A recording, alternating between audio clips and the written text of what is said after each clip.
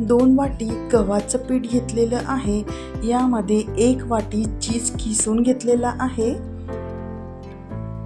तुम्ही मेजरमेंटसाठी कुठल्याही प्रकारची वाटी घेऊ शकता।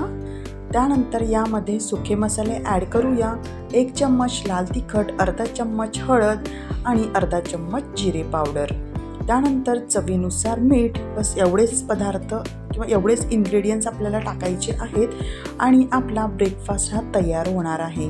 हाय फ्रेंड्स, मी श्वेता, स्वागत आहे तुमचं स्पेशल स्वाद मराठी या चॅनलवर। तर आज आपण पाहणार आहोत चीज पराठा। लहान मुलांना सुद्धा हा पराठा नक्कीच आवडेल किंवा चिलासुद्धा तुम्ही म्हणू शकता।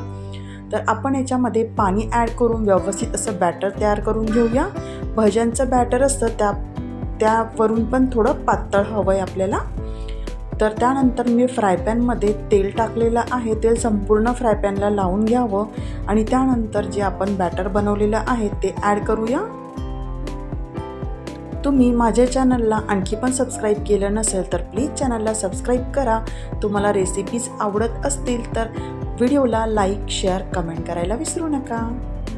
तर बघा, अशा पद्धतीने मी हा पसरवून घेते आहे। थोडं हाताला पाणी लावावं म्हणजे गरम लागणार नाही।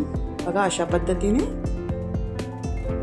आणि गॅसची फ्लेम लो टू मीडियम ठेवावी आणि हा पराठा किंवा चिला व्यवस्थित असा खरपूस भाजून घ्यावा।